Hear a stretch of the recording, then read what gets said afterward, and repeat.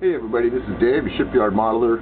But today I want to talk about gaming, wargaming, specifically Warhammer 40K, what it used to be and what it isn't now. Gosh, I'm so disappointed. I wasn't able to really get into gaming for like 10 years between 1993, 95, and the year 2003 or so. 2005, maybe 6, I don't know. But I used to be an avid Warhammer player. Oh man, I was so into the game you couldn't believe it. And that was like second edition. And my last army that I fielded was Battle Sisters, and I played them like maybe 12 times. And then my life changed, and I moved and didn't have any gaming friends in the new place I moved to, and just basically stopped playing for a while. And during that time I started a business. I started an eBay store, which was successful and was knocked out of action pretty much by a fire. And that's what happened to my last set of miniatures when I tried to get into the gaming Warhammer 40K again. What happened was, you know, I moved from California to Massachusetts. I'm out here in Massachusetts, and, you know, I decided, you know, there's got to be, like, gaming clubs, and I started to look around and found out there were some places to play, and they played Warhammer 40K. So I went ahead and built another army, okay? And then I went to play and found out the rules had changed. Like, really changed. Like, they changed so much that it wasn't even recognizable. If you're a second edition player and then you come back in like mid to late 2000 and try to play again. Now this was like, the fire was in 2000, so it was like 2005 to 2006. Whatever crappy edition of Warhammer they'd put out at that time. Now, everybody knows what Warhammer's like now because you're all buying the games and playing them or being introduced to it, and I'm willing to bet that a majority of the players that are playing now have never played the original game in second edition and have no idea how bad they're getting ripped off by the current version of Warhammer 40K. So this video, I have 15 minutes of video time on my camera here, so this may be a two-part video. I'm going to talk about Warhammer 40K first and second edition, which are basically the same. Second edition added a few rules and tuned a few things up and added some new stuff, new toys to play with, but it didn't take anything away. Didn't take anything away. It was still the same game, and it was still Warhammer 40K, not Warhammer 1940, which is what I see as a World War II infantry game when I look at infantry armor game when I look at Warhammer 40K now. I just can't believe what they did to this game. There's nothing. So anyway, I'm going to talk about Warhammer 40K second edition to you players with the hopes of maybe possibly getting a group, maybe in Google Hangouts or whatever, and who's willing to maybe try to put together a group that plays second edition Warhammer 40K, who wants to really play Warhammer. Now I'm going to go over some of the things in Warhammer that are different than the Warhammer you play now. For one thing, you're going to need 4 books. You're going to need second edition rules. You're going to need the Arcana, which I can't remember the exact name of the book, but you can find out easy enough Googling it. You need the Psychic Powers, so that's 2 books. You also need the War Gear book, which lists all weapons, okay? And of course, whatever codex you're playing. So that would be 1, 2, 3, 4 books you need just to play the game, really. But you don't need all 4 books because really, in our gaming group, we had 6 players, and we typically played 12,000 point games, 3 players per side, 2,000 points per player. It was either Imperium or Evil. You either played like Orcs, Eldar, Chaos, or Tyranids against either Battle Sisters, Space Marines, Imperial Guard, Imperial Agents, Inquisitors, things like that. Okay, so there were no Tau and there were no Necrons. Those were afterthoughts. And I don't know, there's some other races maybe been added too. So, as far as the rules, well, first of all, hand-to-hand combat was completely different. It's not even the same game. I don't even know why they call it Warhammer 40K. Here's how hand-to-hand combat worked in the old days, in the good days. All right, let's say I got myself a Battle Sister squad, right? And they're led by a Sister Superior. She's got like the better weapon skill of 4.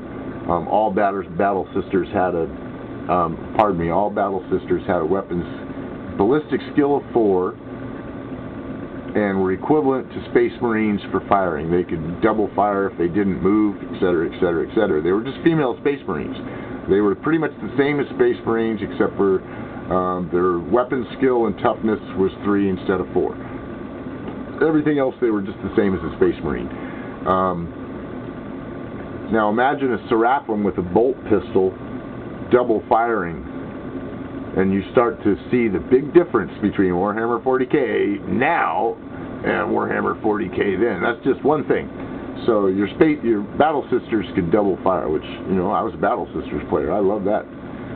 They had some disadvantages, but as far as the mechanics of the game, let's go to hand-to-hand combat. Let's say we have 2 mighty heroes accompanied by their squads, right?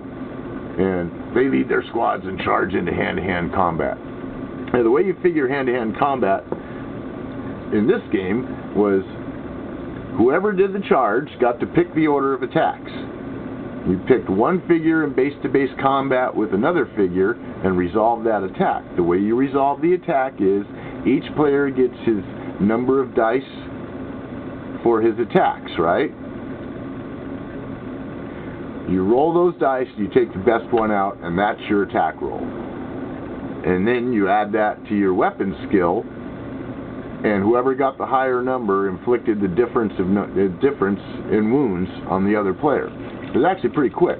So you got weapon skill 5 guy charging a weapon skill 6 guy, but the weapon skill 5 guy gets +1 for charging. Now they're both weapon skill 6. They both roll 3 dice. Say they both have 3 attacks. Take the highest die out of those 3 attacks, and whoever gets the higher roll inflicts however many, inflicts the difference in wounds. Now, let's say my character has a refractor field, a sword, and has powered armor and a Rosarius. Well, you can't have a Rosarius because you already got a refractor field. The point being is that I get 1 wound. Okay, first of all, I sacrificed one of my attacks to Pari, and I'm going to Pari and make him re-roll his highest die. Oh, now he rolled a 4. Now I've got a 5, so I made him re-roll his 6. He got a 4, so now I win the hand-to-hand combat, and I hit him. Okay, so if he has a sword, he can do the same thing to me. Alright, so in other words, if I have 3 attacks, I roll 2 attack dice and Pari with the 3rd. Something like that. I don't remember the exact mechanics of it, but you can make him re-roll his highest die if you had a sword. Any type of sword. So, your basic metal steel sword, without being power or anything like that, became a very useful weapon to have in hand-to-hand combat. Now, the defending player gets his powered armor, gets his refractor field save, 5+, misses that. Oh, but I got powered armor too, and the saves are cumulative.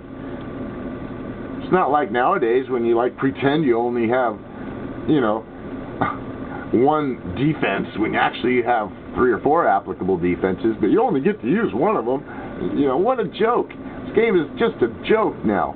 So, anyway, you see what happens. I inflict a wound on the guy, say he's got powered armor because it's just 2 troopers fighting and the guy dies.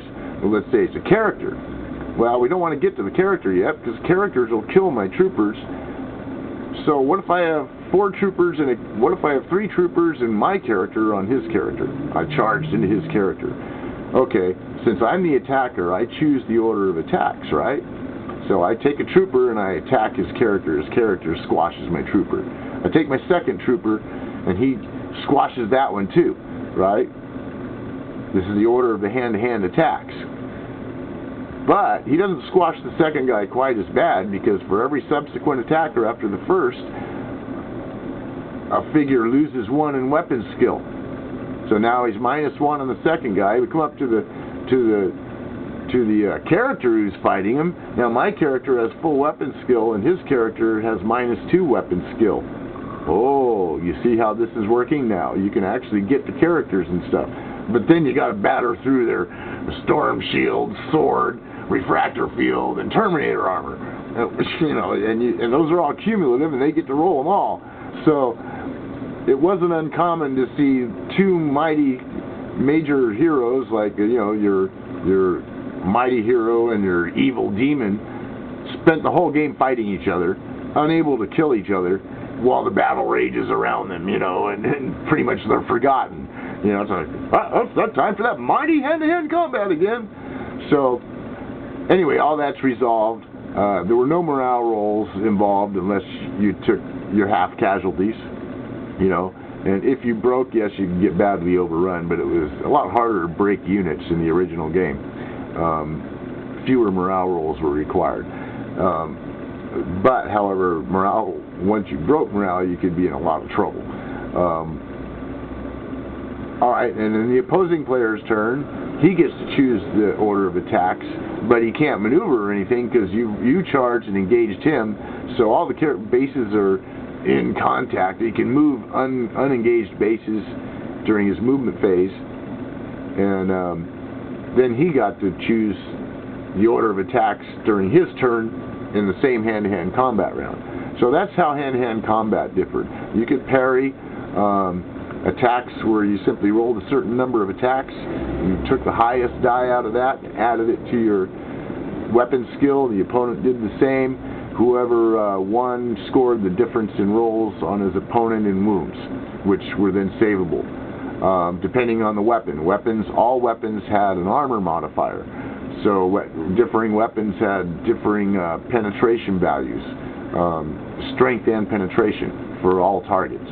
So, for instance, a bolter had a +1 armor modifier. So you had if you were in powered armor, you had 3+ save. Get shot with a bolter, now you got a 4+ save. So you got to make one better number save to save against a bolter. Heavy bolter -2, las cannon -9. You know. And then your invulnerable save came in against high-powered weapons.